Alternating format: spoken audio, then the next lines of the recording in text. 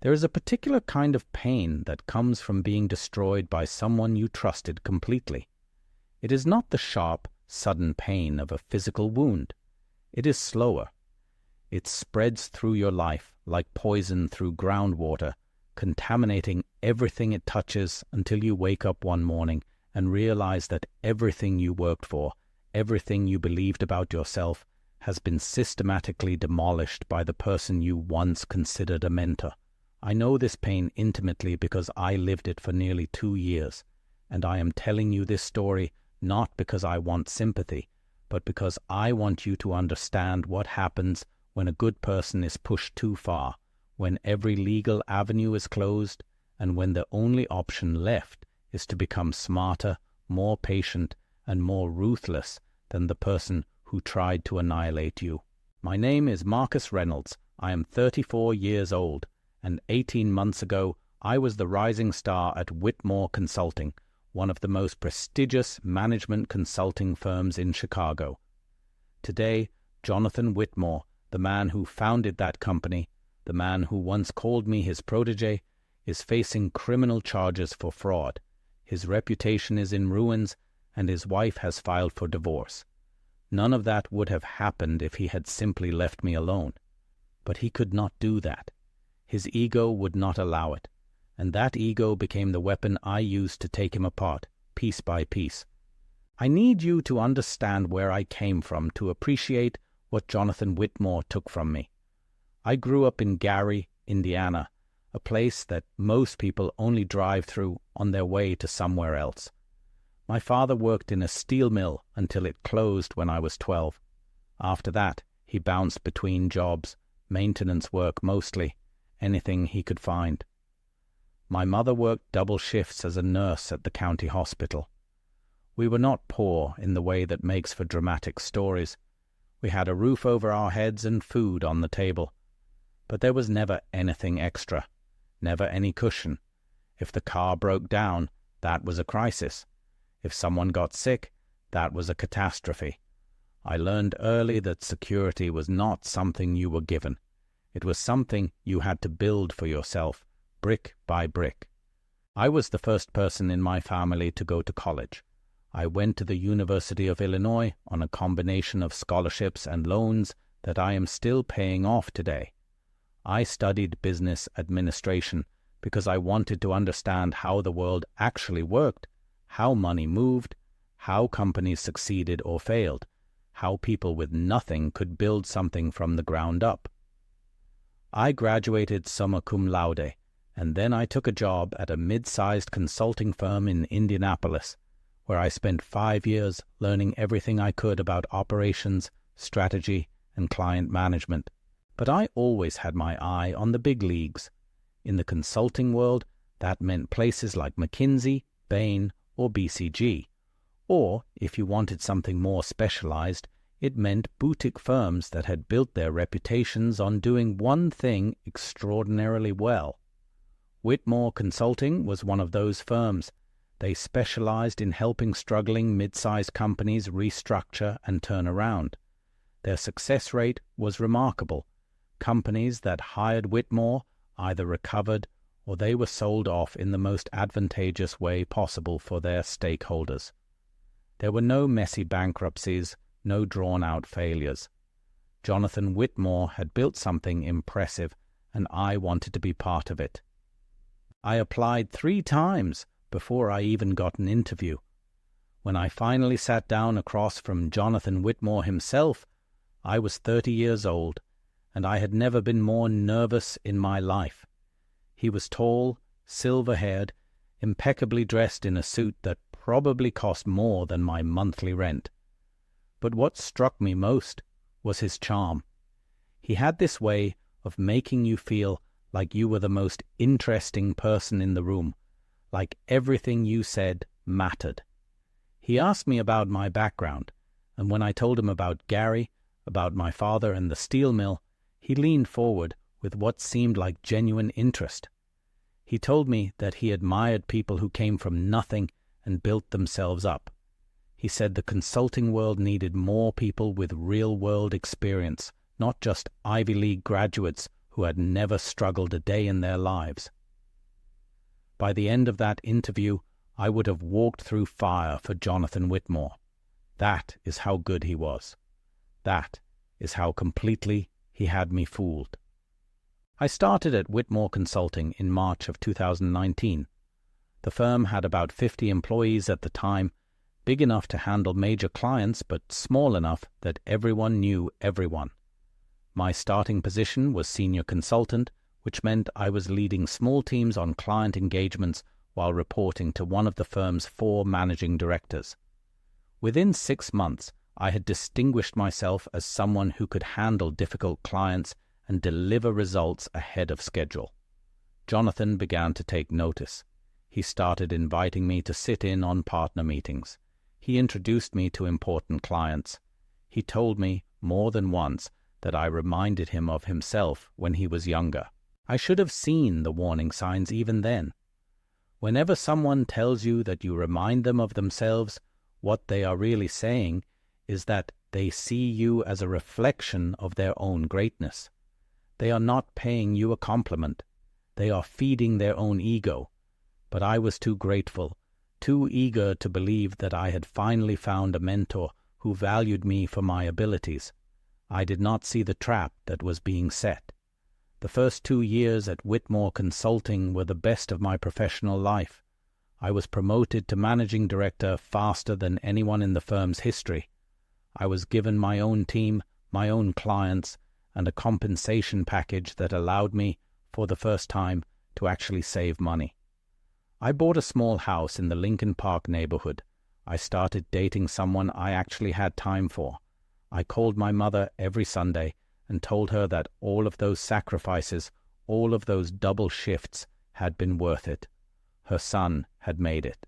What I did not realize was that my success was beginning to create a problem for Jonathan Whitmore. I was too good. Clients were specifically requesting me instead of him. Other firms were starting to recruit me, and Jonathan knew that if I left, I would take a significant portion of the firm's revenue with me.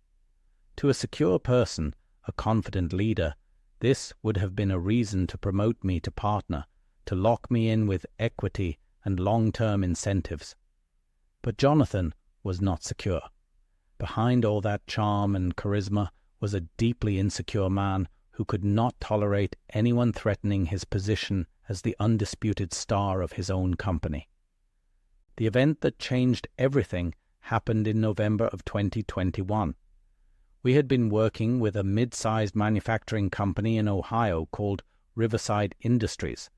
They made industrial components, mostly for the automotive sector, and they were in serious trouble.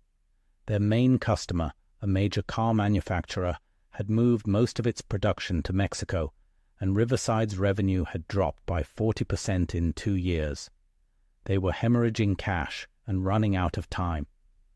Jonathan was the lead partner on the engagement, which meant he was supposed to be developing the overall strategy while I handled the implementation.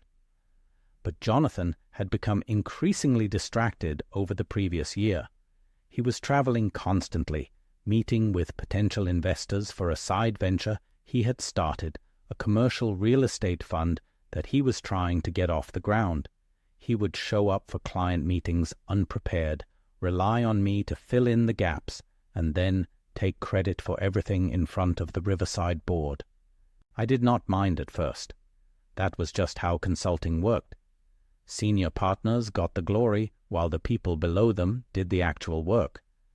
But as Riverside's situation grew more desperate, I realized that Jonathan's proposed strategy was fundamentally flawed. He wanted to pursue a traditional cost-cutting approach, reducing headcount by 30% and consolidating operations. It was the safe play, the textbook recommendation. But I had spent weeks studying Riverside's situation, talking to their engineers, visiting their facilities. I knew something Jonathan did not. Riverside had developed a proprietary manufacturing process that was significantly more efficient than anything their competitors were using. They just did not know how to market it. I put together an alternative proposal. Instead of cutting and retreating, Riverside should pivot. They should aggressively market their manufacturing capabilities to other industries, particularly aerospace and defense, where precision and quality commanded premium prices. I built a detailed financial model showing how this approach could return Riverside to profitability within 18 months while actually adding jobs rather than eliminating them. I presented my proposal to Jonathan first, expecting him to be impressed. Instead, his face went cold. He barely glanced at my model before dismissing it as unrealistic. He said clients wanted proven strategies, not experimental approaches that might fail. He told me to focus on implementing the cost-cutting plan and to stop wasting time on distractions. What happened next was the decision that changed my life. I should have accepted his judgment and moved on. That would have been the smart thing to do, the career-preserving thing. But I could not. The Riverside employees, over 800 people, were counting on us to save their jobs. Jonathan's plan would throw at least 250 of them out of work in a town where there were no other options. I had grown up in a place like that. I knew what happened to families when the factory closed. I could not be part of destroying people's lives just because it was the safe play. So I went around Jonathan. I requested a meeting with Riverside's CEO, a man named Thomas Brennan, and I presented my alternative strategy directly to him. I showed him the financial model, the market analysis, the case studies of similar companies that had successfully pivoted. Thomas was skeptical at first, but the more we talked, the more he began to see the potential. By the end of the meeting, he was convinced. He wanted to pursue my approach. When Jonathan found out what I had done, he was furious, but he was also trapped. The client wanted my strategy, and refusing to implement it would mean losing the engagement entirely. So Jonathan did what politicians do. He pretended it had been his idea all along. He presented my strategy to the Riverside board as a collaborative effort, positioned himself as the visionary leader who had seen the potential that everyone else had missed, and relegated me to the background. In the official reports that went back to our firm, my name appeared only as a supporting team member. I did not care about the credit. What mattered to me was that Riverside was going to survive, that 800 families were going to keep their health insurance and their mortgages. I thought I could live with Jonathan, taking the glory as long as the right thing was being done. I was wrong. Jonathan could not live with what I had done. I had outsmarted him, and even though no one else knew it, he knew, and that knowledge began to eat at him. The first sign that something was wrong came about 3 weeks after the Riverside presentation. I was supposed to lead a new engagement with a financial services company in Milwaukee. I had done the initial client meeting, built the proposal, and negotiated the terms. Then, without any explanation, Jonathan reassigned the engagement to another managing director.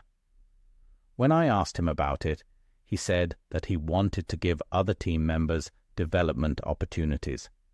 He smiled when he said it, but the smile did not reach his eyes. Over the following months, the pattern repeated. Every major engagement I was assigned was eventually pulled away from me. New clients who asked for me specifically were told I was unavailable. I was given smaller, less visible projects, the kind of work that junior consultants typically handled. My compensation, which was heavily tied to the size and success of my engagements, began to drop. I went from being one of the highest-paid managing directors to one of the lowest. I tried to talk to Jonathan about it. I scheduled meetings, sent emails, tried to understand what I had done wrong. Each time, he was evasive. He told me that the firm was going through a transition, that resources were being reallocated, that I should be patient. He never raised his voice or made explicit threats. He was too smart for that. Everything was deniable, every decision defensible. If I complained, I would look like a whiner who could not handle normal business fluctuations. The isolation began next. I noticed that colleagues who had once been friendly were now avoiding me. Conversations would stop when I entered a room. I was left off email chains, excluded from meetings, not invited to team dinners. I thought at first that I was imagining it, that I was becoming paranoid. But then David Chen, one of the other managing directors, and the closest thing I had to a friend at the firm, pulled me aside after a meeting. David had been at Whitmore Consulting for 8 years. He had seen things come and go, and he knew how the firm really worked. He told me that Jonathan had been talking about me to the other partners, not directly, not in anything that could be quoted or documented. But he was planting seeds.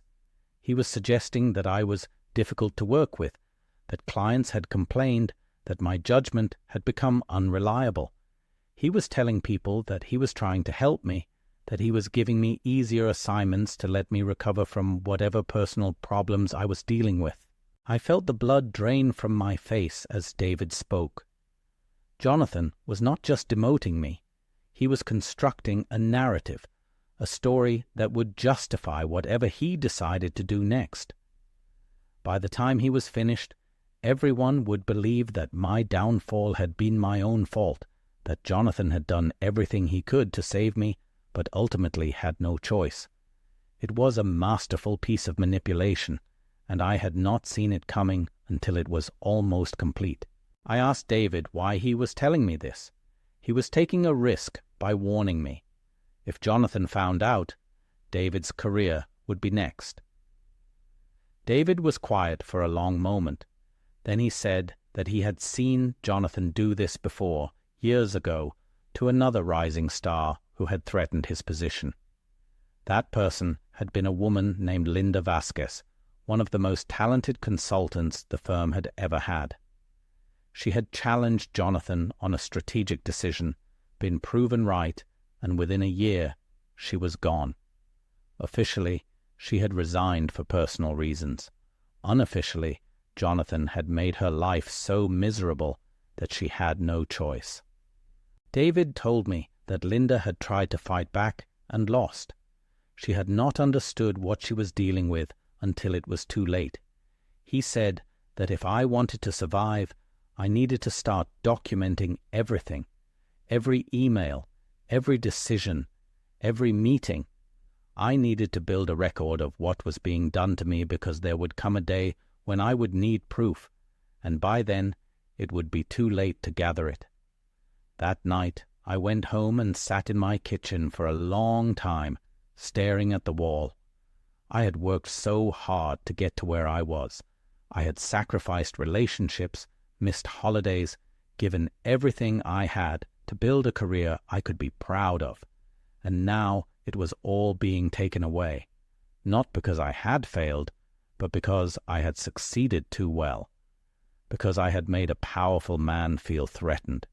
The injustice of it was suffocating, but I was not going to make Linda Vasquez's mistake. I was not going to fight blindly and lose. If Jonathan Whitmore wanted a war, I was going to make sure I understood exactly what I was up against before I fired a single shot. I started my documentation that night. I went back through years of emails, pulling out anything that might be relevant. I created a timeline of every engagement I had been assigned and then lost. I gathered performance reviews, client feedback, compensation records. I mapped out Jonathan's behavior, looking for patterns, for anything that might reveal his strategy or his vulnerabilities. And then I did something that changed everything. I started looking into Jonathan Whitmore himself. Not his public persona, the charming founder and industry leader, his real history, his business dealings, his personal life. I had always accepted the official story of who he was. Now I was going to find out what lay beneath. What I discovered over the following weeks would eventually bring Jonathan Whitmore down. But in that moment, sitting in my kitchen at midnight, I had no idea how deep the rot went. I did not know that Jonathan's real estate fund was a vehicle for money laundering. I did not know that he had been systematically defrauding clients for years. I did not know that his wife, Rebecca, was keeping secrets of her own. All I knew was that I had been backed into a corner by someone who thought he was untouchable. He was about to learn that he was wrong. The research took time. I had to be careful. If Jonathan had any idea what I was doing, he would accelerate his campaign against me, and I was not ready for that confrontation yet. So I worked slowly, methodically, in the hours before dawn and after midnight. I used personal devices, never anything connected to the company network. I reached out to contacts I had made over the years, former clients, industry acquaintances, people who might know things they were not supposed to know. The first real breakthrough came from an unexpected source. I had maintained a friendship with a financial analyst named Karen Brennan, no relation to the Riverside CEO who worked at a major investment bank in New York. We had dated briefly in business school before realizing we were better as friends. Karen specialized in investigating companies before her bank extended lines of credit, and she had access to databases and research tools that I could never get on my own. I called Karen on a Sunday afternoon and told her that I needed help. I explained what was happening to me at Whitmore Consulting, leaving out the details that might compromise her if things went wrong. Karen listened without interrupting. When I finished, she was quiet for a moment. Then she said something that surprised me. She said she had heard rumors about Jonathan Whitmore for years. Nothing concrete, just whispers in certain circles. People who had done business with him and then refused to talk about it. Companies that had paid Whitmore consulting fees that did not match the services rendered. Accounting irregularities that had been explained away. Karen told me that she would look into it. She could not promise anything, and she could not put herself at risk, but she would see what she could find. I thanked her and waited. The waiting was agony.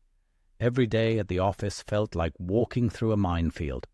I smiled at colleagues who I knew were being turned against me. I sat in meetings where decisions about my future were made without my input. I watched Jonathan Whitmore move through the office like a benevolent king, shaking hands and making people laugh, and I knew that behind that smile was a man who was methodically trying to destroy me. Karen called me back 2 weeks later. What she told me changed everything. She had found a connection between Jonathan's real estate fund and a series of shell companies registered in Delaware. Those shell companies were receiving wire transfers from overseas accounts that traced back to individuals who had been flagged by federal authorities for suspected money laundering. The amounts were not enormous, a few 100,000 here, 1 million there, but the pattern was consistent. Jonathan Whitmore was helping people clean dirty money by running it through his real estate investments.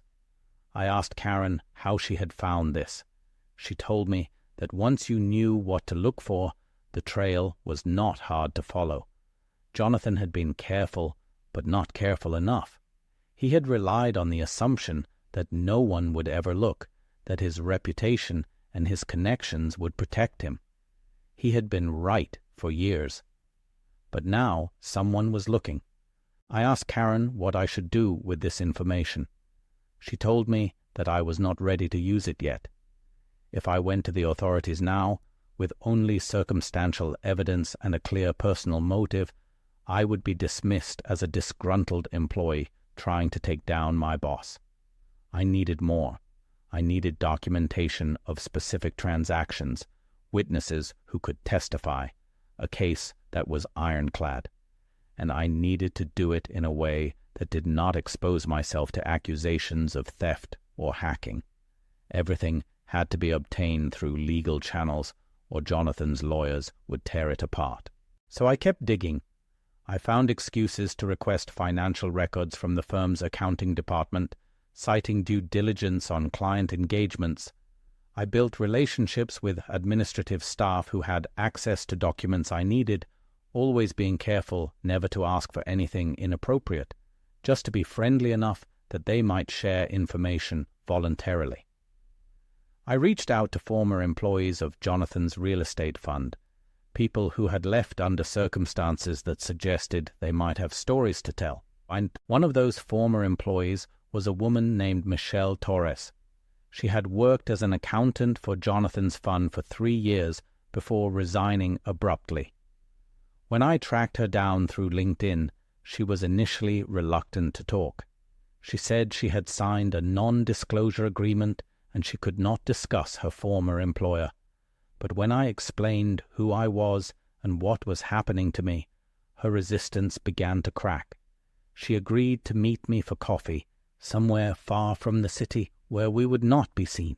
Michelle was in her early 40s, with tired eyes that suggested she had seen things she wished she could forget. She told me that she had left Jonathan's fund because she had discovered irregularities that she could not ignore. Transactions that did not make sense, payments to vendors that did not seem to provide any actual services, pressure from above to categorize certain expenses in ways that obscured their true nature. When she raised concerns, she was told to mind her own business. When she persisted, she was called into Jonathan's office. Michelle told me that Jonathan had not threatened her directly. He was too smart for that. Instead, he had suggested that her concerns were misguided, that the transactions she was questioning were perfectly legitimate, and that if she continued to make accusations, she might find that her own performance reviews were not as strong as she had assumed. He reminded her that the job market was difficult, that accountants with problematic references often struggled to find new positions. He smiled the whole time, and then he offered her a generous severance package in exchange for her signature on a non-disclosure agreement. Michelle took the deal. She had a daughter in college and could not afford to fight, but she had kept copies of certain documents just in case. She told me that she had always known that someday someone would come looking for the truth. She just did not think it would take this long. Those documents became the cornerstone of my case. They showed specific transactions that couldn't be explained by legitimate business activities. Wire transfers from accounts in Cyprus and the Cayman Islands, payments to companies that existed only on paper, invoices for services that were never rendered. It was not enough on its own to prove money laundering, but it was enough to show that something very wrong was happening inside Jonathan Whitmore's empire. But I still was not ready to act. Jonathan was still systematically dismantling my career, and the pressure was becoming unbearable. My engagement numbers had fallen so far that I was in danger of being terminated for performance issues. I was being excluded from client interactions entirely, reduced to reviewing documents and running analyses that a junior consultant could have handled. Every day felt like a humiliation carefully designed to break my spirit. And then came the final blow. In March of 2022, I was called into a meeting with Jonathan and the firm's head of human resources. They told me that due to restructuring, my position was being eliminated. I was being offered a severance package, generous by industry standards, in exchange for signing a separation agreement that included a non-disparagement clause. They thanked me for my years of service and wished me well in my future endeavors. I wanted to scream. I wanted to throw the separation agreement in their faces and tell them what I knew. But I did not. I kept my composure, asked for time to review the documents with a lawyer, and walked out of that meeting with my head held high. Jonathan shook my hand on my way out. He told me that he was sorry it had come to this, that sometimes these decisions were just business, that he hoped there were no hard feelings. His handshake was firm, and his eyes were empty.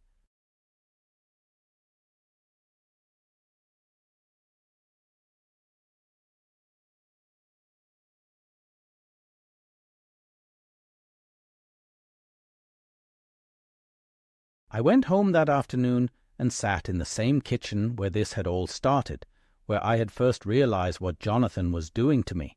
But this time I did not feel despair.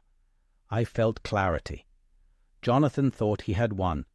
He thought that by firing me, he had neutralized the threat, buried the one person who might expose him.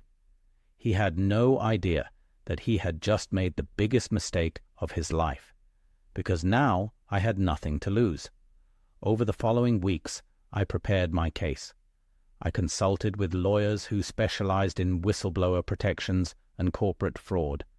I organized the documents Michelle had given me, cross-referencing them with public records and the information Karen had uncovered. I reached out to investigative journalists who covered white-collar crime, planting seeds that would bear fruit later. And I tracked down other victims of Jonathan Whitmore, people like Linda Vasquez, who had been pushed out and silenced, who had stories they had never been able to tell. The network I built was larger than I had expected. Jonathan had left a trail of wreckage behind him, people whose careers had been destroyed, clients who had been overcharged, investors who had been misled. They were afraid to speak publicly because Jonathan had money, lawyers, and connections. But they were willing to provide information anonymously, to share documents, to corroborate the patterns I had already identified. One of the most important allies I found was someone I never expected. Her name was Sarah Mitchell, and she still worked at Whitmore Consulting. Sarah was a junior analyst, just 29 years old, and she had been assigned to some of the engagements where I suspected billing irregularities had occurred. She reached out to me through a mutual contact, nervous and uncertain, but convinced that something wrong was happening at the firm. Sarah told me that after I left, she had been asked to help prepare invoices for client work that she had never seen performed. When she questioned it, she was told that the work had been done by other teams and that she just needed to process the paperwork. But the amounts did not make sense. Clients were being billed for hundreds of hours of work that Sarah knew had never been done. She had started keeping her own records, screenshots, and copies stored on her personal phone because she did not know what else to do. I told Sarah to be careful. I told her that Jonathan was dangerous and that if he suspected what she was doing, her career would be over. But I also told her that what she was documenting could be the key to exposing everything. I asked her if she was willing to help me, knowing the risks. She said yes. She said she had not gotten into consulting to help powerful people steal from their clients. She said someone had to do the right thing. Sarah became my eyes and ears inside Whitmore Consulting. She fed me information about the firm's operations, about which clients were being targeted, about the conversations happening in partner meetings. She was taking an enormous risk, and I never forgot that. When this was over, I promised myself that I would make sure she was protected, that her courage would not go unrewarded. By June of 2022, I had assembled a case that I believed was strong enough to withstand scrutiny. I had documentation of fraudulent billing practices at Whitmore Consulting. I had evidence of suspicious transactions within Jonathan's real estate fund. I had testimonies from former employees willing to speak on the record, and I had patterns that showed a systematic abuse of power stretching back more than a decade. But I faced a decision. I could take this evidence to law enforcement and let the legal system run its course. That path was slow, uncertain, and might take years to produce results. Jonathan had the resources to hire the best lawyers in the country, to delay and obfuscate and eventually escape with nothing more than fines and settlements. Or I could take a different approach. I could expose Jonathan publicly in a way that would destroy his reputation before he had a chance to spin the narrative that would turn his clients, his investors, and his own employees against him. I chose to do both. The first move was to leak select documents to an investigative journalist at a major business publication. The journalist, a veteran reporter named Elena Marconi, had been covering corporate fraud for 2 decades. She knew how to verify sources, how to protect whistleblowers, and how to present complex financial crimes in a way that the public could understand. I gave her everything I had, with the agreement that she would not publish until she had independently verified the key facts. Eleanor's investigation took 3 months. During that time, I waited, watched, and continued to gather information through Sarah and other contacts. I saw Jonathan continue to operate as if nothing was wrong, charming clients, making deals, living his life of privilege and power. It was agonizing to watch, but I knew that every day he remained unaware was a day I could use to strengthen the case against him. The article was published on a Tuesday morning in September of 2022. It was devastating. Elena had documented everything I had given her and more. She had tracked down additional sources, uncovered connections I had not known about, and built a narrative that was impossible to dismiss. The headline read, "Inside the Fraud at Whitmore Consulting: How a Respected Firm Became a Vehicle for Corruption." The article detailed the billing fraud, the suspicious real estate transactions, the pattern of retaliation against employees who questioned the firm's practices. It named Jonathan Whitmore as the architect of the scheme and quoted multiple former employees speaking on the record. The reaction was immediate and overwhelming. Whitmore Consulting's stock, which was held by a private group of investors, began to collapse in secondary markets. Major clients announced that they were suspending their relationships with the firm pending investigation. The firm's other partners issued a statement distancing themselves from Jonathan and calling for an independent audit. Jonathan himself was nowhere to be seen. His office was empty, and his phone was going straight to voicemail. Within a week, the Securities and Exchange Commission announced that it was opening an investigation into Whitmore Consulting's billing practices. The FBI followed with a separate investigation into potential money laundering connected to Jonathan's real estate fund. Civil lawsuits began to pile up as clients who had been defrauded sought to recover their losses. The empire that Jonathan Whitmore had spent decades building was crumbling around him. But I was not finished. I knew that Jonathan would try to escape consequences, that he would hire fixers and spin doctors, that he would claim ignorance and blame subordinates. I needed to make sure that every avenue of escape was closed. The next phase of my plan targeted Jonathan's personal life. I had discovered during my research that Rebecca Whitmore, Jonathan's wife of 23 years, had been quietly building her own case against him. Their marriage had been troubled for years, and Rebecca had begun to suspect that Jonathan was hiding assets, preparing for a divorce that she would never see coming. She had hired private investigators and forensic accountants, but she had not been able to find the proof she needed. I reached out to Rebecca through an intermediary, offering to share the financial documents I had gathered. At first, she was suspicious. She assumed I was trying to manipulate her, to use her as a pawn in some scheme. But when she saw what I had, her attitude changed. The documents showed that Jonathan had been systematically transferring money to offshore accounts, assets that should have been marital property but were being hidden from her. He had been planning to leave her with nothing while he escaped to a comfortable retirement beyond the reach of American courts. Rebecca's response was swift and merciless. She filed for divorce the same week the article was published, citing fraud and concealment of marital assets. Her filing included details that supplemented the public narrative, showing that Jonathan's corruption extended into every aspect of his life.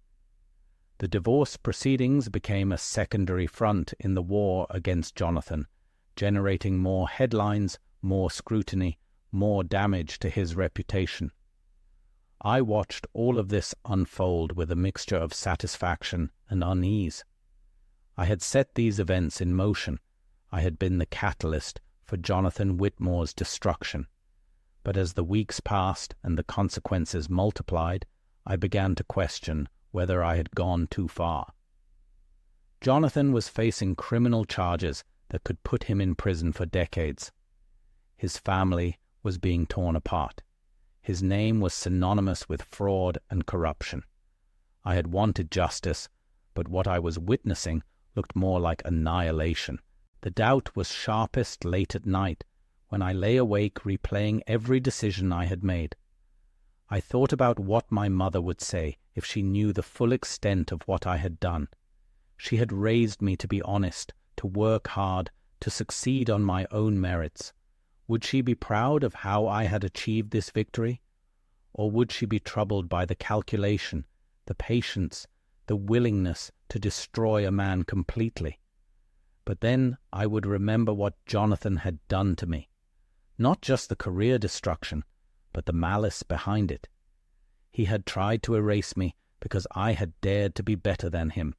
He had manipulated people who trusted him, stolen from clients who paid for his help, silenced anyone who challenged his power.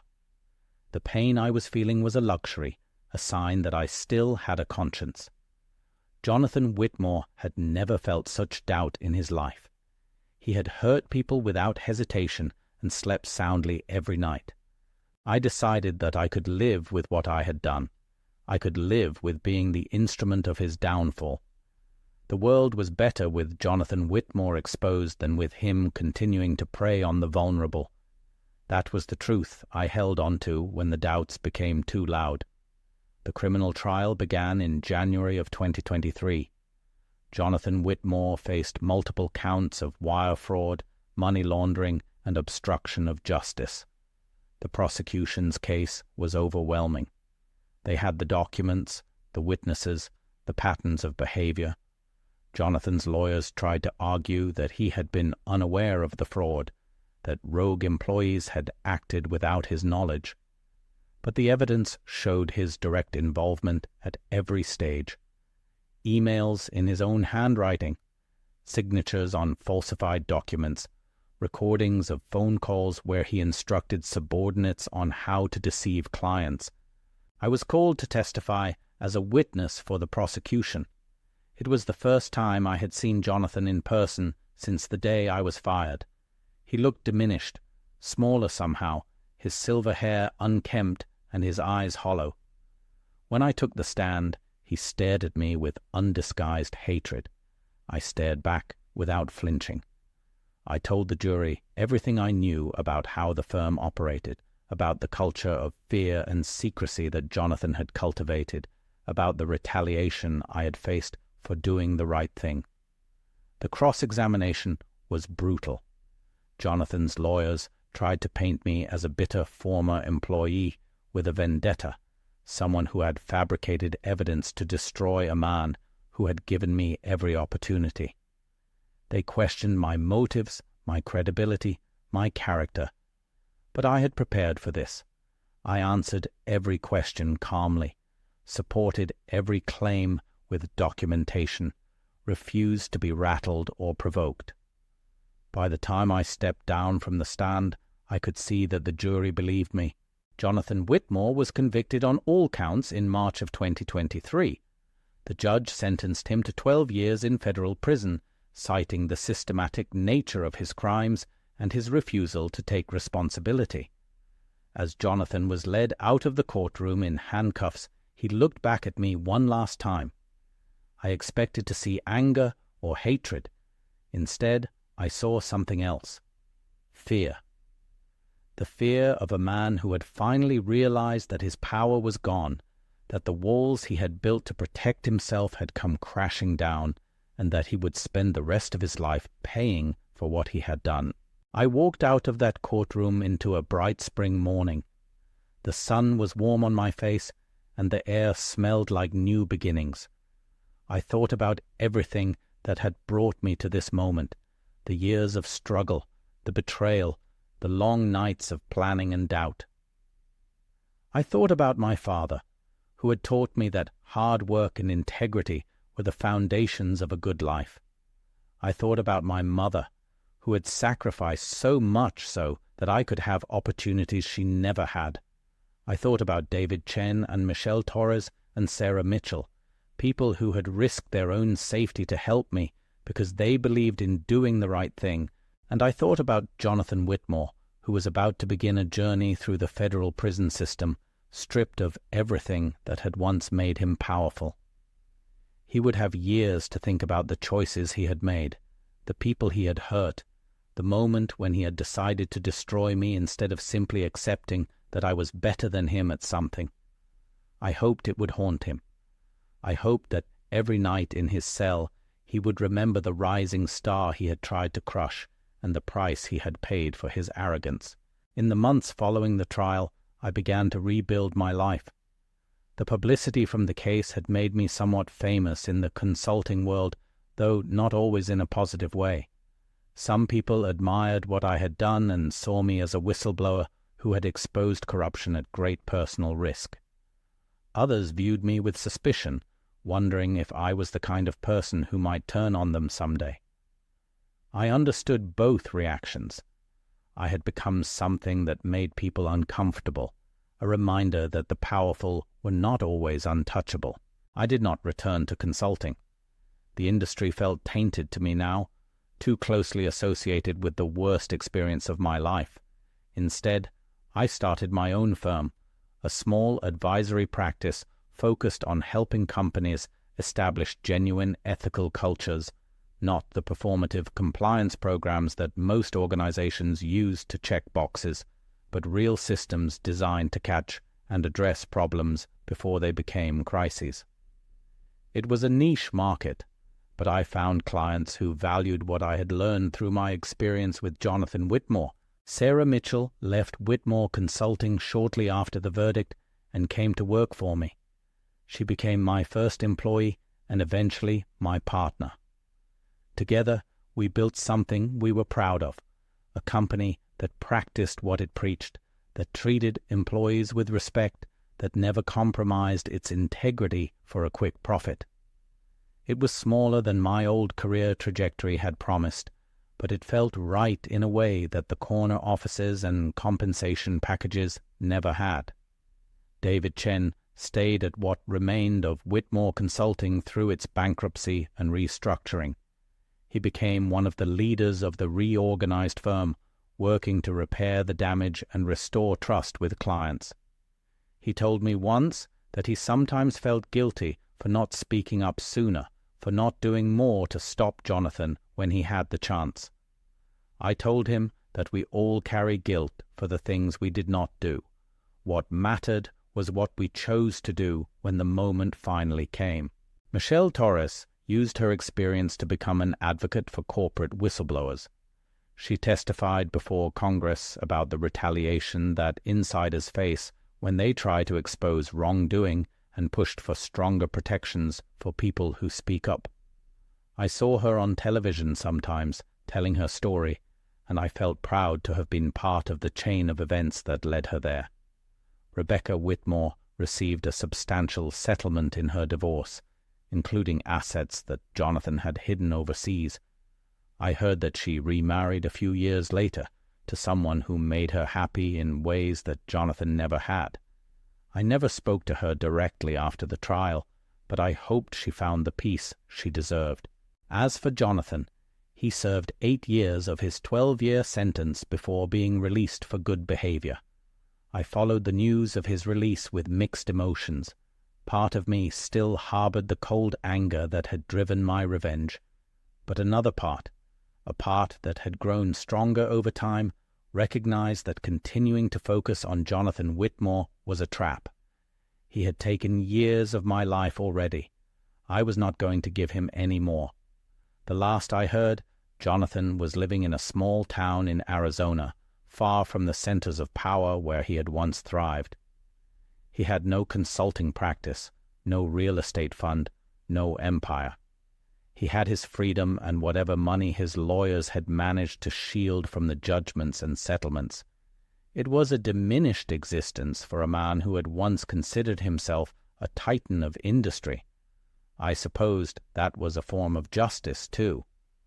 Looking back now, 5 years after that trial, I can say with certainty that I do not regret what I did. Jonathan Whitmore was a predator who preyed on trust, who used his intelligence and charm to hurt people, who believed that his success entitled him to break every rule that applied to everyone else. He needed to be stopped, and I was the one who stopped him. That is not something I am ashamed of. It is something I am proud of. But I also learned something important through that experience. Revenge, true revenge, is not about hatred. It is not about making someone suffer because they made you suffer. That kind of revenge consumes you. It makes you into a version of yourself that you would not recognize, that you would not like. The revenge that matters is the kind that serves justice, that protects others who might be victimized, that changes the systems that allowed the abuse to happen in the first place. I did not destroy Jonathan Whitmore because I hated him, though I did hate him for a time. I destroyed him because he was a threat, because leaving him in power would have meant more victims, more ruined careers, more families devastated by his greed. The satisfaction I felt when he was convicted was not the satisfaction of cruelty. It was the satisfaction of seeing the world made slightly more fair, slightly more just. That is what I carried with me out of that courtroom and into the rest of my life. Not anger, not bitterness, not the cold joy of watching an enemy fall. Just a quiet certainty that I had done the right thing in the right way for the right reasons. And if Jonathan Whitmore is out there somewhere, reading these words or hearing about them through whatever channels reach him in his diminished life, I want him to understand something. I want him to understand that he did not lose because I was luckier, or because I had better allies, or because the system finally worked. He lost because he underestimated me. He looked at a kid from Gary, Indiana, someone who did not have his connections or his pedigree or his polish, and he assumed I would be easy to destroy. He was wrong, and that mistake cost him everything. I think about that sometimes, on quiet evenings when the work is done and I have time to reflect. I think about the long chain of events that led from my hiring at Whitmore Consulting to Jonathan's conviction and imprisonment. I think about all the moments when things could have gone differently, when I could have given up, when I could have accepted my defeat and moved on. But I did not give up. I did not accept defeat. I fought with every tool I had, with patience and intelligence and a willingness to do what was necessary. And I won. That is the story of how my boss tried to destroy my career after I outsmarted him. It is a story about betrayal and revenge, about trust broken and justice served. But more than that, it is a story about what happens when you refuse to be a victim, when you decide that the only acceptable outcome is one where the truth is known and the wrongdoer pays the price. Jonathan Whitmore thought he was untouchable. He thought his wealth and his connections and his reputation would protect him forever. He was wrong, and I was the one who proved it. I do not know what the future holds for me. My little firm is growing, my life is stable, and I have found a kind of peace that I never expected to achieve after everything that happened. There are still nights when I wake up angry, still moments when the memory of what Jonathan did to me feels fresh and painful. But those moments are becoming rarer. The wound is healing. What I know for certain is that I will never again allow someone to have that kind of power over me. I will never again trust blindly, believe without verification, assume that success and status means someone is worthy of respect. Jonathan Whitmore taught me that lesson, though not in the way he intended. He taught me that the world is full of predators wearing expensive suits and charming smiles, and he taught me that the only real protection is to be smarter, more prepared, and more determined than they are. That is the legacy of my experience with Whitmore Consulting. Not bitterness, not cynicism, but a clear-eyed understanding of how the world really works. It was an expensive education, paid for in years of my life and pain I would not wish on anyone. But I emerged from it stronger than I went in, and Jonathan Whitmore emerged from it in prison. If there is a moral to this story, it is simple. Do not assume that the powerful are untouchable. Do not believe that you are too small or too insignificant to fight back. And never, ever underestimate someone just because they came from nothing. Because sometimes the person with the most to lose is actually the person with the most to gain. Sometimes the underdog is the one who ends up winning everything. I was that underdog, and I won. That is my story. That is the truth about what happened between me and Jonathan Whitmore, told completely for the first time.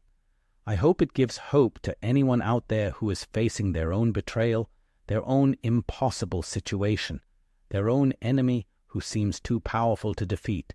You can defeat them. You just have to be smart about it. You have to be patient, and you have to be willing to do whatever it takes to make sure that in the end the truth comes out. The truth always comes out eventually. The only question is whether you will be there to see it when it does. I was there. I saw it, and I will carry that victory with me for the rest of my life.